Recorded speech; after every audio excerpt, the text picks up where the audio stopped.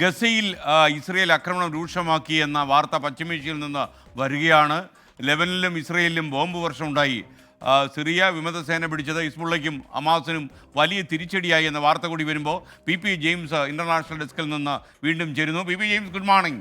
Good morning James, ഇന്ന് രാവിലെ എഴുന്നേറ്റപ്പോൾ ജെയിംസ് ആദ്യം ആലോചിച്ചതിനെ കുറിച്ചാണ്?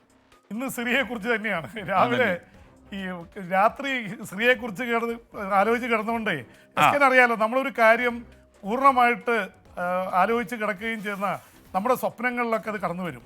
ഈ റോയിറ്ററിന്റെ ഒരു ചെറിയ റിപ്പോർട്ട് ഉണ്ടല്ലോ, പി ഇപ്പോൾ തായ്ലൻഡിനെ കുറിച്ചാണ് കൂടുതൽ രാത്രി കാലങ്ങൾ ആലോചിക്കുന്നത്. തായ്ലൻഡിനെ കുറിച്ച് ആലോചിക്കാൻ ഒരു വഴിയില്ല പിന്നെ SKന്റെ നമ്മൾ പോകുന്നൊരു വഴിയിലേ ഇനി അങ്ങനെയുള്ള ഒരു ഡൈവേർഷൻ ആയിട്ട് ചിന്തിക്കാനുള്ള ഒരു അവസരമൊന്നും ഇല്ലല്ലോ.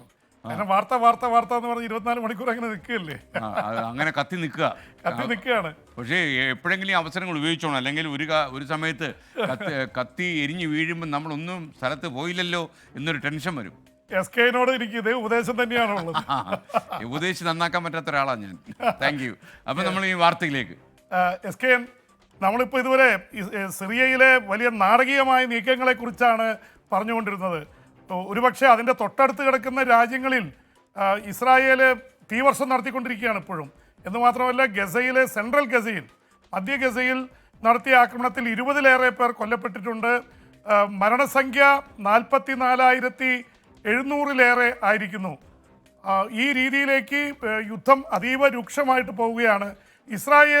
ഒരു തരത്തിൽ ഇസ്രായേൽ അത്യാവശ്യം ആഹ്ലാദത്തിലാണ്. കാരണം ഇസ്രായേൽ ഇപ്പോൾ യുദ്ധം ചെയ്യുന്ന ഹിസ്ബുള്ളയ്ക്കും ഹമാസിനും തിരിച്ചടിയാണ് സിറിയയിൽ നടന്നിട്ടുള്ള സംഭവവാസങ്ങൾ. ഹിസ്ബുള്ളയുടെ പ്രവർത്തകർ അവർ സിറിയയിൽ കേന്ദ്രീകരിച്ചാണ്, ലെബനനിലും സിറിയയിലും കേന്ദ്രീകരിച്ചാണ് ഇസ്രായേലിനെതിരെ ഫൈറ്റ് ചെയ്തുകൊണ്ടിരുന്നത്. ഇപ്പോൾ ലെബനനിലേക്ക് എല്ലാവർക്കും ഓടി വരേണ്ടി വന്നിരിക്കുന്നു. കാരണം സിറിയ പിടിച്ചടക്കിയിരിക്കുന്ന വിമതസേന ഹെസ്ബുള്ളയ്ക്കെതിരെ കൂടിയാണ് ആക്രമണം നടക്കുന്നത്. ആ തരത്തിൽ ഇസ്രായേലിന് അത് അനുകൂലമാണ്. പക്ഷേ അവരുടെ ഏറ്റവും വലിയ പേടി ഈ ഇസ്രായേലിൻ്റെ അതിർത്തിയിൽ ആണ് സിറിയ കിടക്കുന്നത്. ഗൊലാൻ കുന്നുകൾ അവിടെയുണ്ട്. ഗൊലാൻ കുന്നുകളുടെ ഒരു ഭാഗം ഇസ്രായേലിൻ്റെ കയ്യിലും മറുഭാഗം സിറിയയിലുമാണ്. അതുകൊണ്ട് തന്നെ ഈ സിറിയയിലെ വിമതസേന നേരത്തെ സൈന്യത്തിൻ്റെ കയ്യിലുണ്ടായിരുന്ന ആയുധ ഡെപ്പോകൾ മുഴുവൻ പിടിച്ചടക്കിയാൽ വീണ്ടും ഇത് തങ്ങൾക്കെതിരെ പ്രയോഗിക്കുമെന്നുള്ള പേടിയുള്ളതുകൊണ്ട് ഇസ്രായേലിൽ ലെബനനിലും അതുപോലെ തന്നെ ഗസയിലും ആക്രമണം നടത്തുന്ന പോലെ തന്നെ ഗൊലാൻ കുന്നുകളിൽ ആയുധ ഡെപ്പോകൾ ഈ മണിക്കൂറുകളിൽ നശിപ്പിച്ചുകൊണ്ടിരിക്കുകയാണ്. സാധാരണ നമ്മൾ ഈ പുര കത്തുമ്പോൾ വാഴ വെട്ടുക എന്നുള്ളൊരു പ്രയോഗമുണ്ട് മലയാളത്തിൽ, അറിയാലോ. അപ്പോൾ അതുപോലെ അവിടെ പുര കത്തുകയാണ്. അവിടെ സിറിയ മുഴുവൻ കത്തുന്ന അവസ്ഥയിലാണ്. കാരണം ഏറ്റുമുട്ടലും ബഹളവും അവിടുത്തെ അണ്ടർഗ്രൗണ്ട് ടണലുകളിൽ നിന്ന് വരെ തടവുകാരെ മോചിപ്പിച്ചുകൊണ്ടിരിക്കുക. ഇയമ്പാറ്റകൾ താഴെ നിന്ന് വരുന്ന പോലെയാണ് ആയിരക്കണക്കിന് 10,000-കണക്കിന് തടവുകാർ അവരെ സെല്ലുകൾ തകർത്ത് രക്ഷപ്പെടുത്തിക്കൊണ്ടിരിക്കുന്നത്. ലക്ഷക്കണക്കിന് ആൾക്കാർ തുർക്കിയിൽ നിന്ന്, ലെബനനിൽ നിന്ന്, മറ്റ് യൂറോപ്യൻ രാജ്യങ്ങളിൽ നിന്നൊക്കെ സിറിയയിലേക്ക് വന്നുകൊണ്ടിരിക്കുകയാണ്. അതിർത്തി കടന്നു വരുന്നവർ തുർക്കിയിൽ നിന്നും ലെബനനിൽ നിന്നുമാണ്. കാരണം അവരെയൊക്കെ ഈ അസാദ് സർക്കാർ ഭയങ്കരമായിട്ട് ഉപദ്രവിച്ചവരാണ്. അപ്പോൾ ഇതിനൊക്കെ ഇടയിലാണ് ഇസ്രായേൽ ഈ ആക്രമണം കൂടുതൽ ശക്തമാക്കിയിരിക്കുന്നത്. അമേരിക്കയും റഷ്യയൊക്കെ ഭയങ്കര സൂക്ഷ്മതയോടെയാണ് ഈ സംഭവവാസങ്ങൾ ശ്രദ്ധിക്കുന്നത്. കാരണം ഈ ഗസയിലെ വെടിനിർത്തലിനെ കുറിച്ച് സംസാരിക്കുമ്പോൾ തന്നെ അപ്പുറത്ത് സിറിയയിൽ വലിയ തരത്തിലുള്ള കലാപങ്ങൾ നടന്നുകൊണ്ടിരിക്കുന്നു. കലാപങ്ങളുടെ ഒടുവിൽ വിമതസേന പിടിച്ചടക്കിയെങ്കിലും പ്രശ്നങ്ങൾ ഒരു അരാജകത്വത്തിൻ്റെ അവസ്ഥയിലാണ്. എന്താണ് സംഭവിക്കാൻ പോകുന്നത്? ഇപ്പോൾ ഏറ്റവും ഒടുവിൽ നമുക്ക് അറിയാവുന്ന കേരളത്തിൽ നിന്ന് ഇവിടെ എത്തിയിരിക്കുന്ന അന്ത്യോക്യയിലെ പാത്രിയാർക്കീസ് ഇഗ്നാത്യോസ് ദീദിയൻ ബാബ അദ്ദേഹം തിരിച്ചു പോവുകയാണ്. അപ്രയം ദീദിയൻ തിരിച്ചു പോവുകയാണ്. 10 ദിവസം ഇതിനു വേണ്ടി വന്നതാണ്. പക്ഷേ ഡമാസ്കസിലാണ് ആസ്ഥാനം. അവിടെയാണ് ഏറ്റവും വലിയ കലാപതൊക്കെ നടന്നിരിക്കുന്നത്. അദ്ദേഹം തിരിച്ചു പോകുന്നു.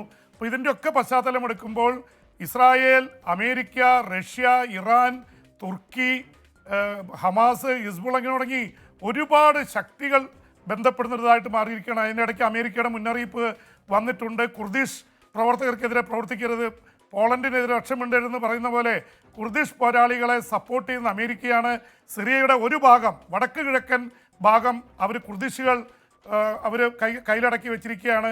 അവരെല്ലാവർക്കെതിരെ പോരാടിക്കൊണ്ടിരിക്കുന്നു. ഇപ്പോഴത്തെ വിമതസേനയ്ക്കെതിരെയും അവർ പോരാട്ടം നടത്തിക്കൊണ്ട് ഈ മണിക്കൂറിൽ വരുന്ന ഏറ്റവും പ്രധാനപ്പെട്ട വാർത്ത അതാണ്. അപ്പം ഷെഫീദ് മണ്ണാർക്കാടാന്ന് തോന്നുന്നു, അദ്ദേഹം പറയുന്നു വി പി ജെയിംസ് ഡ്രസ്സ് മാറി വന്നപ്പോഴും വാർത്തയ്ക്ക് മാറ്റമൊന്നുമില്ലെന്ന് പറയുന്നു. ബെന്നി വാർത്ത തോപ്പിൽ മുഴുവൻ, പറയുന്നു പി SK പി അതും കൂടെ കേട്ടുള്ളൂ. പി പി ജെയിംസിനെ കണ്ടാൽ അത് നല്ല കോംപ്ലിമെന്റ് കേട്ടോ. പി പി ജെയിംസിനെ കണ്ടാൽ മെയിൽ നഴ്സിനെ പോലെ തോന്നും. ഈ പി പി ആണോ യുദ്ധങ്ങൾ ഉണ്ടാക്കുന്നതെന്നാണ് നമ്മുടെ ബെന്നി തോപ്പിൽ ചോദിക്കുന്നത്. SK മെയിൽ നഴ്സ് എന്ന് പറയുന്നത് കേരളത്തിന് മുഴുവൻ അഭിമാനിക്കാൻ കഴിയുന്നതാണ്. അതെ അതെ അത് അതേ അഭിമാനത്തോടെ ജെയിംസിനോട് പറയുന്നത്. വെച്ചിട്ടുണ്ടെങ്കിലേ വനിതകളാണ് നേരത്തെ നഴ്സുമാരായി പോയിക്കൊണ്ടിരിക്കുന്നത്. ഇന്ന് ലോകമെമ്പാടും ജോലി ചെയ്യുന്ന മലയാളികളിൽ നല്ലൊരു ശതമാനം മെയിൽ നഴ്സുമാരാണ്. അവർ കേരളത്തിലേക്ക് അയക്കുന്നത് 100 കണക്കിന് കോടി ഇവിടെ ഇതാണ്. അതുകൊണ്ട് അങ്ങനെ ഒരു കോംപ്ലിമെൻ്റ് ഞാനത് കോംപ്ലിമെൻ്റ് ആയിട്ട് എടുക്കുന്നു. കേരളത്തിൽ നിന്ന് പോയ ആൺ നഴ്സുമാർക്ക് വേണ്ടി ആ കോംപ്ലിമെൻറ്റിനെ ഞാൻ സമർപ്പിക്കുന്നു. അതെ, നമ്മുടെ മിനിബാബു അതേ അഭിപ്രായം പറഞ്ഞത്. Thank you V P James.